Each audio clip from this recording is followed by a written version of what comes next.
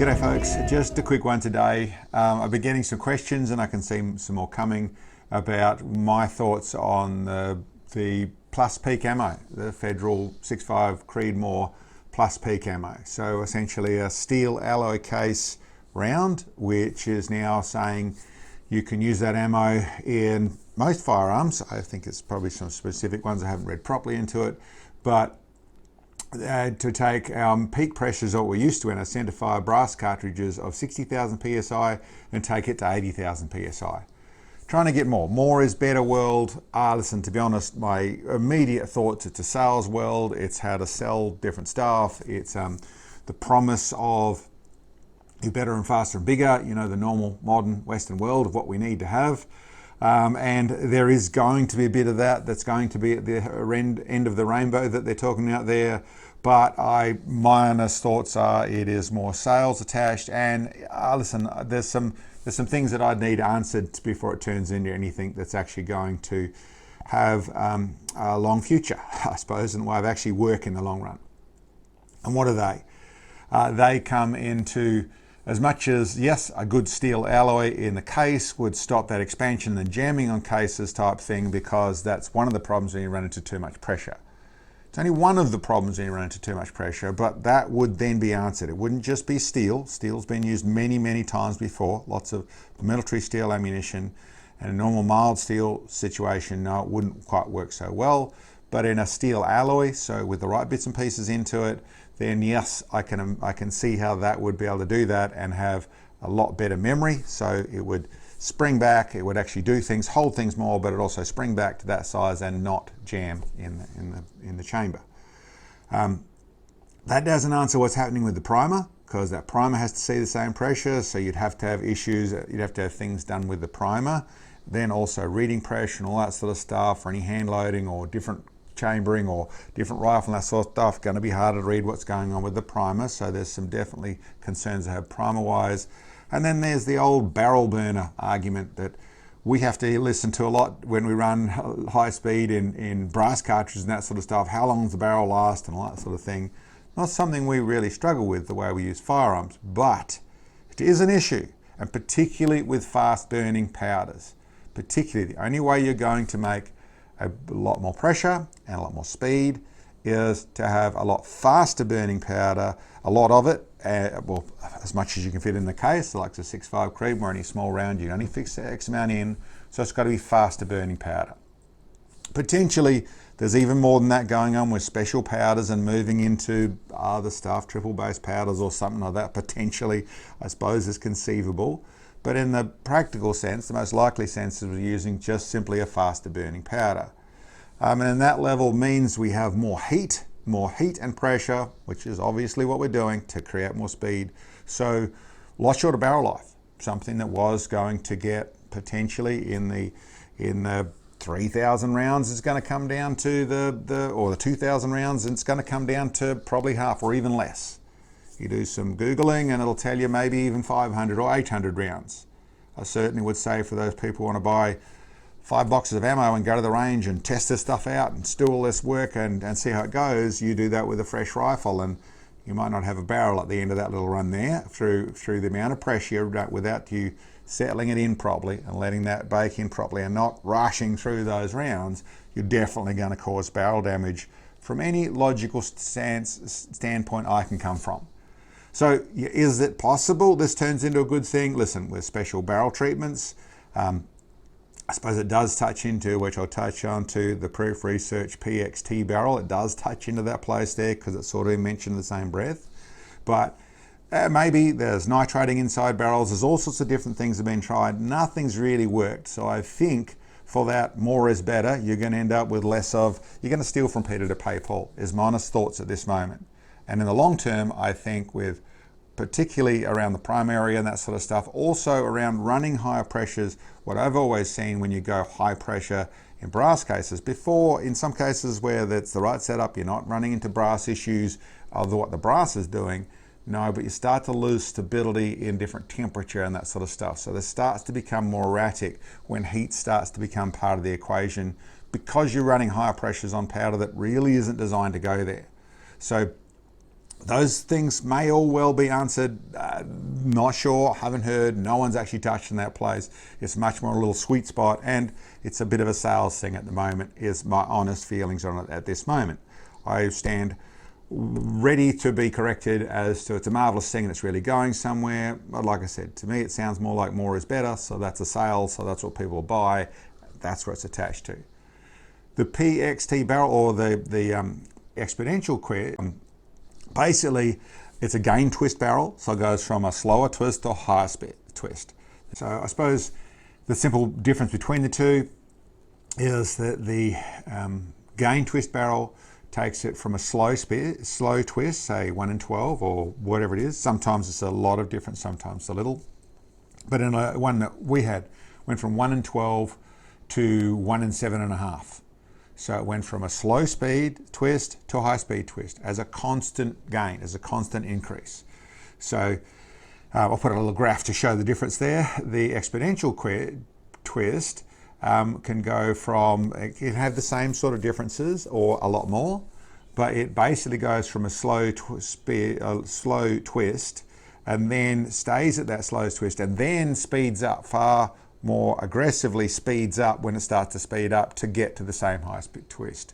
And I presume also you can get to where you speed up and then stabilize at that twist at the top. So you go from 1 in right down in the 1 in 20 sort of stuff, and then you could speed it up through the twist to get to 1 in 5 and sit at the 1 in the 5 at the top there. So it actually is varied. It's much more controlled in the way of it is, but it is an exponential curve that's in there which creates that twist.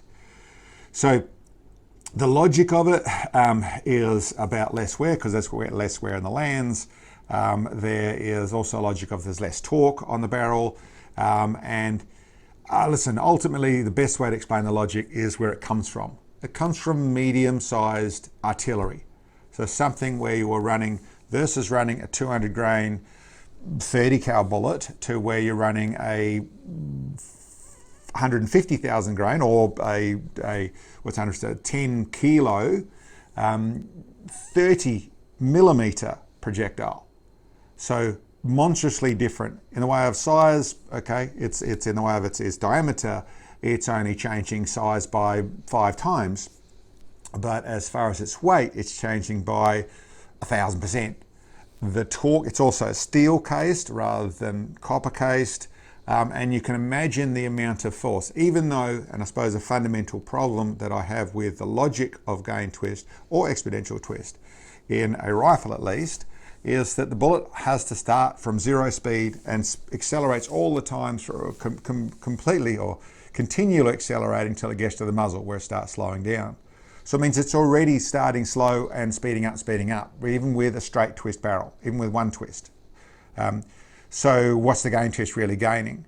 Once you get to a point of where you have something that weighs so much, 25 kilos or 10, I think 10 kilos turns into 150,000 grain in a steel case, and you can imagine even the initial starting off point, which let's say it's instantly getting somewhere in the 300, 500 feet per second. So 300, 500 kilometers an hour is what it gets to almost as it's touching the lands. That's potential as how fast it is. That's still a lot of force to put in the way of torque on the lands and on the bullet. So obviously the bullet the projectile is flying out there. The lands are taking some of that wear, and you can see that sort of stuff would wear things out.